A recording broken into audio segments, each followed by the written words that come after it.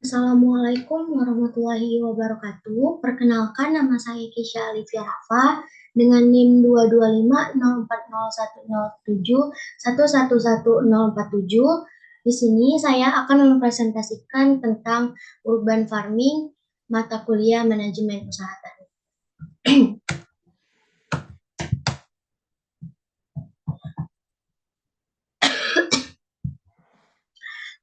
Baiklah, pokok bahasan kita kali ini yaitu yang pertama ada ruang lingkup pertanian perkotaan, yang kedua ada konsep produksi pertanian perkotaan, yang ketiga yaitu pengembangan pertanian perkotaan saat ini, yang keempat aplikasi pola pertanian perkotaan, yang kelima komplement pertanian perkotaan, yang keenam aplikasi pertanian perkotaan di beberapa negara, yang ketujuh urgensi pengembangan pertanian perkotaan, dan yang kedelapan yaitu pengembangan pertanian perkotaan, impian mewujudkan kota yang berkelanjutan.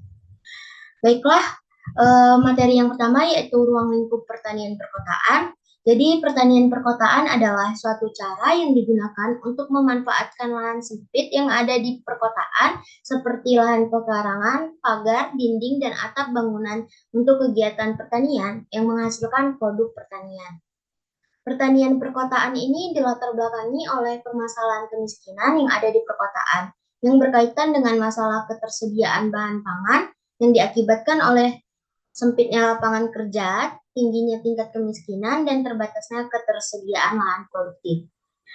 Peran pertanian perkotaan dalam ketahanan pangan atau keselamatan pangan yaitu meningkatkan jumlah makanan yang tersedia bagi masyarakat kota serta menyediakan buah-buahan dan sayur-sayuran segar kepada konsumen atau masyarakat untuk meningkatkan produksi makanan lokal.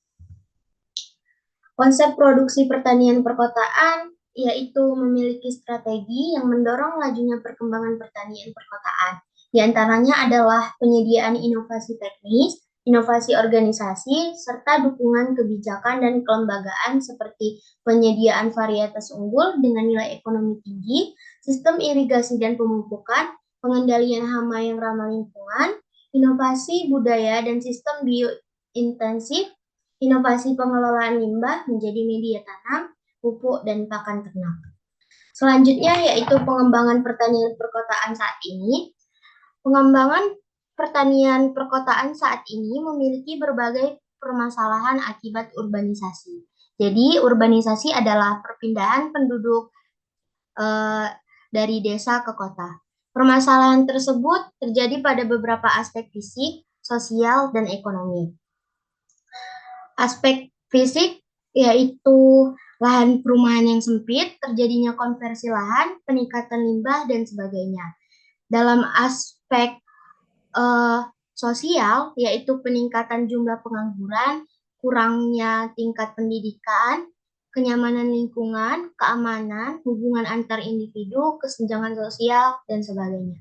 Dan yang terakhir yaitu aspek ekonomi. Permasalahan dalam aspek ekonomi seperti kesenjangan dalam perekonomian atau pendapatan, biaya hidup yang cukup mahal, dan biaya pemukiman, biaya kesehatan, dan biaya pendidikan yang juga cukup mahal. Selanjutnya ada aplikasi pola pertanian perkotaan. Yang pertama ada subsistem budidaya tanaman. Jadi dalam subsistem budidaya tanaman, ada yang menggunakan teknis budidaya secara vertikal atau disebut vertikultur, yang dengan mengatasi keterbatasan lahan yang ada di rumah tangga. Yang kedua yaitu hidroponik atau teknik budidaya memanfaatkan air sebagai media tanamnya.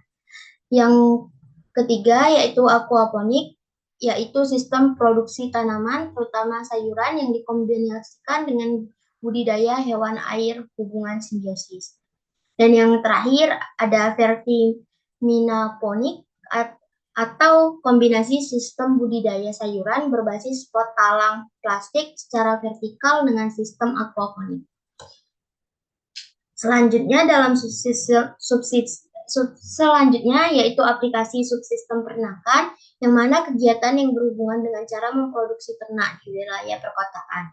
Selanjutnya, ada subsistem perikanan, yaitu kegiatan yang berkaitan dengan pengelolaan sumber daya perairan dan budidaya perikanan.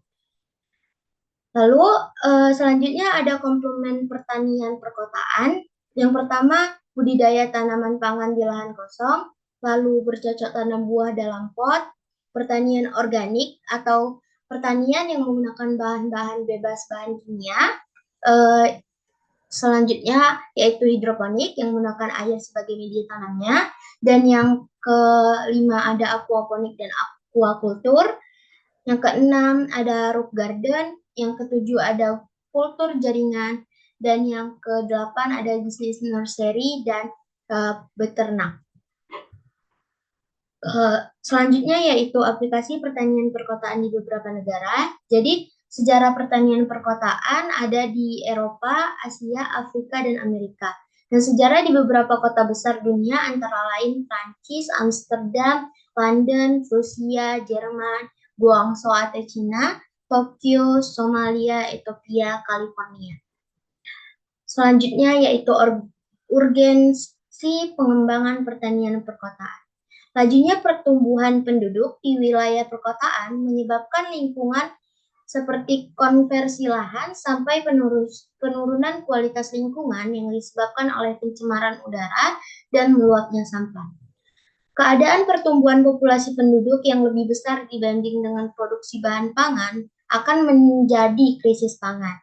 Masyarakat perkotaan juga sangat mementingkan kesehatan dan pola makan dalam konsumsi setiap harinya, yang menyebabkan masyarakat perkotaan menginginkan hasil produksi pertanian yang lebih berkualitas dan memiliki kesegaran yang terjaga, seperti sayur dan buah organik yang tidak menggunakan pupuk kimia.